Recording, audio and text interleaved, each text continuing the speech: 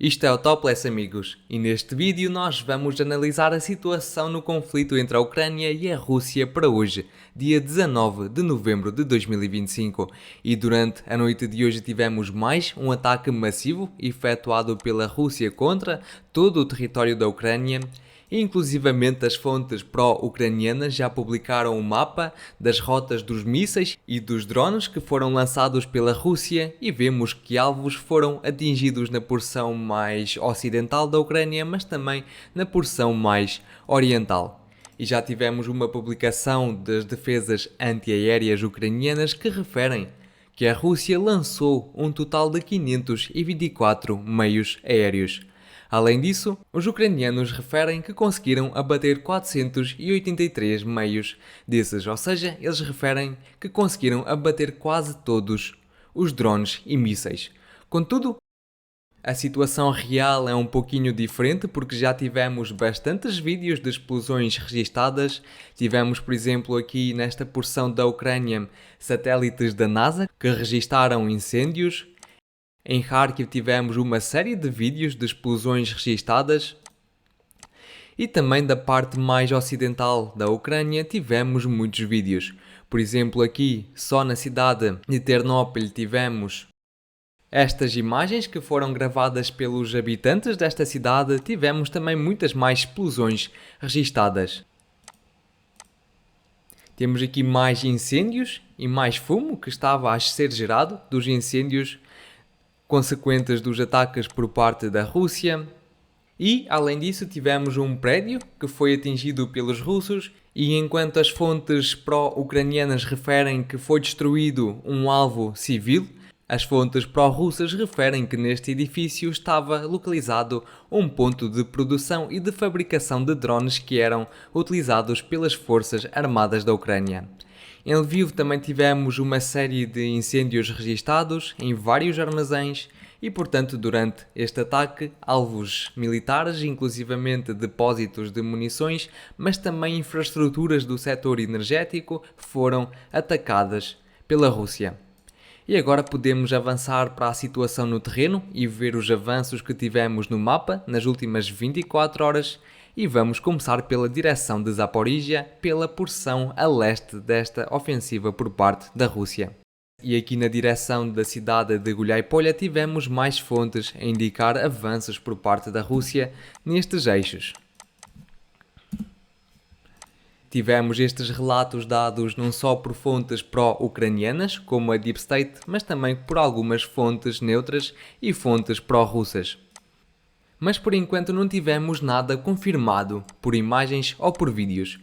Continuando em direção à cidade de Veliko-Mikhailivka, tivemos mais fontes a relatar avanços por parte da Rússia, mais uma vez sem confirmação visual para isso, e neste caso foram fontes neutras, mas nós estamos a ver que os russos já estão quase preparados para o assalto final a esta cidade. E muito provavelmente, assim que os russos conseguirem ocupar as primeiras posições que se situam nesta floresta aqui, poderemos então esperar avanços por parte da Rússia, ou pelo menos tentativas de assalto a esta cidade, quando isto acontecer. Vamos agora à direção da cidade de Novopavlivka e aqui tivemos um ajuste no mapa efetuado a favor das forças russas.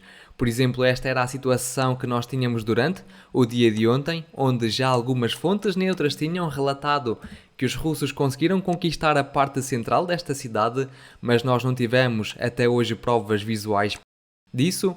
E já durante o dia de hoje tivemos um ataque ucraniano que foi efetuado precisamente naquele ponto do mapa. Ou mais especificamente tivemos uma série de ataques e um destes ataques foi geolocalizado naquele ponto. Portanto, com base neste vídeo publicado pelos próprios ucranianos, nós ajustamos esta porção toda da área a favor dos russos. E portanto, vemos que a batalha pela cidade de Novopavlivka também está muito próxima do seu fim. Vamos agora avançar em direção à cidade de Pokrovsk, onde também tivemos mais ajustes no mapa. E aqui da porção mais ao sul, tivemos um vídeo publicado pelas fontes pró-russas a mostrar como supostamente soldados ucranianos vestidos com roupas civis estavam-se a render aos russos. Além disso, da porção mais ao norte fizemos estes ajustes no mapa, na porção mais a leste desta cidade e na porção mais a oeste, com base em vídeos publicados pelos ucranianos que mostraram ataques que eles efetuaram com drones aos soldados e às posições russas, e obviamente estes vídeos podem ser facilmente geolocalizados. Aqui tivemos outro ataque. E com base nestes dois vídeos tivemos aquela área ajustada a favor dos russos e podemos referir, com base nestas atualizações, que os ucranianos controlam menos de 3% desta cidade. Além disso, os russos continuam com ataques com bombas do tipo FAB às posições ucranianas em Mirnograd e eles estão a dar os últimos sinais aos ucranianos para se renderem completamente. E portanto vemos aqui um ataque com uma bomba de 3 toneladas que reduziu a ruínas um edifício ou um conjunto de edifícios que se situava especificamente ali. Vamos agora continuar e vamos mais a norte, e daqui de Shachava não tivemos nenhuma atualização confirmada no mapa, e agora podemos ir à cidade de Konstantinivka. E aqui os russos prosseguem com a sua ofensiva e o principal objetivo deles é a aldeia ou a vila de Ivanopilha, à entrada da cidade de Konstantinivka, e durante as últimas 24 horas tivemos mais fontes a indicar avanços por parte da Rússia, mas sem confirmação visual para isso. Vamos agora à direção da cidade de Siversk, onde tivemos bastantes ajustes no mapa. E fizemos estes ajustes todos a favor das forças russas. Por exemplo, ainda durante o dia de ontem tínhamos esta situação no mapa e já durante o dia de hoje fizemos este ajuste com base em vários vídeos que foram não só publicados pelas fontes ucranianas, mas também pelas fontes russas. E aqui, neste vídeo, por exemplo, temos um ataque efetuado com drones ucranianos contra os soldados das forças russas. E este vídeo pode ser facilmente geolocalizado no mapa, como sempre. Temos aqui estas casas que foram atacadas e este ataque decorreu especificamente naquele ponto da cidade. Além disso, recebemos outro vídeo, desta vez publicado pelas forças russas, que mostra como os soldados ucranianos estavam a abandonar as suas posições e depois estes soldados foram emboscados pelos russos, que começaram a disparar fogo sobre as suas armas de ataque direto. Este episódio localizou-se especificamente nesta zona. Os soldados ucranianos estavam a abandonar as suas posições primeiro pela linha de ferro que aqui se situa e depois eles decidiram atravessar a estrada para depois continuarem com o recuo pela estrada que aqui se situa, mas a partir daquelas casas, a partir daquele ponto, os soldados russos atacaram com fogo direto os soldados ucranianos. E os que sobreviveram conseguiram voltar ao caminho original que estavam a prosseguir e recuaram mais a fundo desta cidade. Portanto, com base nesta emboscada por parte da Rússia, ajustámos ali aquela porção a favor dos russos. Além disso, tivemos mais um vídeo publicado pelas fontes russas a mostrar como os seus soldados, desta vez de um grupo de reconhecimento e de sabotagem, estavam a caminhar tranquilamente entre as casas que ali se situam. E portanto vemos que não há nenhum perigo por parte de ataques ucranianos e aqueles soldados não têm medo desses ataques e por isso, com base nisso, podemos confirmar que aqui existe um controlo forte dos russos sobre este território. Além disso, tivemos fontes neutras a relatar ainda mais avanços por parte dos russos, mas desta porção do mapa mais a norte não fizemos nenhum ajuste porque não tivemos provas visuais disso, mas seguindo esta configuração do mapa vemos que as defesas da cidade de Siversk quebraram totalmente e muito provavelmente poderemos ter os soldados ucranianos já nos próximos dias a recuar para posições mais favoráveis. Contudo, esta estrada de evacuação ou de recuo não poderá ser utilizada porque está sob controle direto dos drones por parte da Rússia, que sempre que veem algum movimento dos ucranianos atacam-nos. E por isso podemos referir que a principal rota de recuo dos ucranianos será em direção à vila de Sviatopokrovsk. Porque aqui os ucranianos vão tentar organizar a próxima linha defensiva.